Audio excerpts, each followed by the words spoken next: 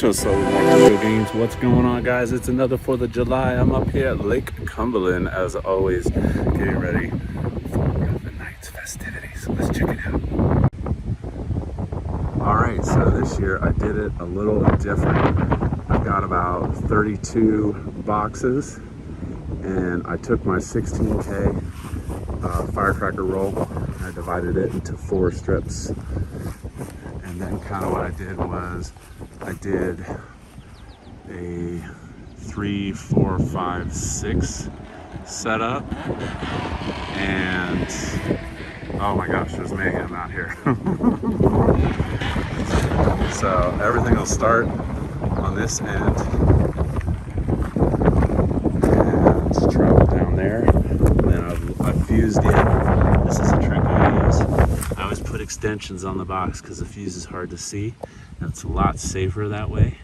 And then you just type in your green fuse and you wrap it into the main thread of that.